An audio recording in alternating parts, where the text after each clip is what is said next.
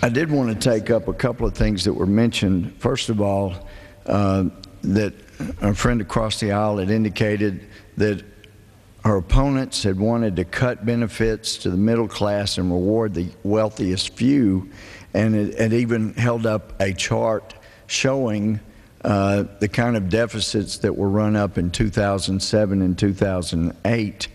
And this is the same kind of mantra we've been hearing, and actually heard that in 05 and 06. And the fact is, there was too much money being spent after President Bush took office. When Republicans had the White House, the House of Representatives, and the Senate, too much money was being spent. And that's why before the Democrats took office, or took the majority, there was a $160 billion deficit that was run up. It was too much money. It was too much deficit. And that's why the American public said, enough. We're going to put the Democrats in charge. We don't want another $160 billion deficit.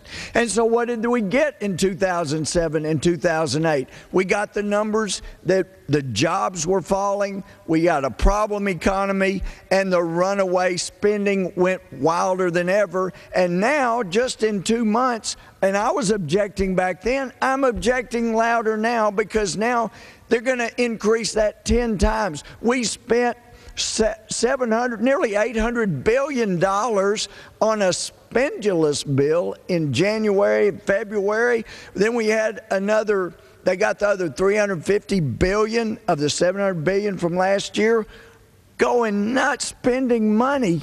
$1 trillion, that would pay for an entire year of every individual taxpayer getting back every dime they had. So when we hear that this party, these people on this side of the aisle, want to make benefits to the wealthiest, you can look at the bill I filed. It was for a tax holiday to let those who are paying taxes get their money back. Though that's a solution. That gets the economy going. This cap and tax on energy, that is going to penalize the people that are just struggling to pay their gasoline bills. And then to hammer the deductions for charities and mortgages, that also hammers the people in the middle class trying to get by. And it brings home the point that this majority is about the G.R.E., government running everything. It's expired. Gentleman, 30 seconds. Gentleman is recognized for 30 additional seconds.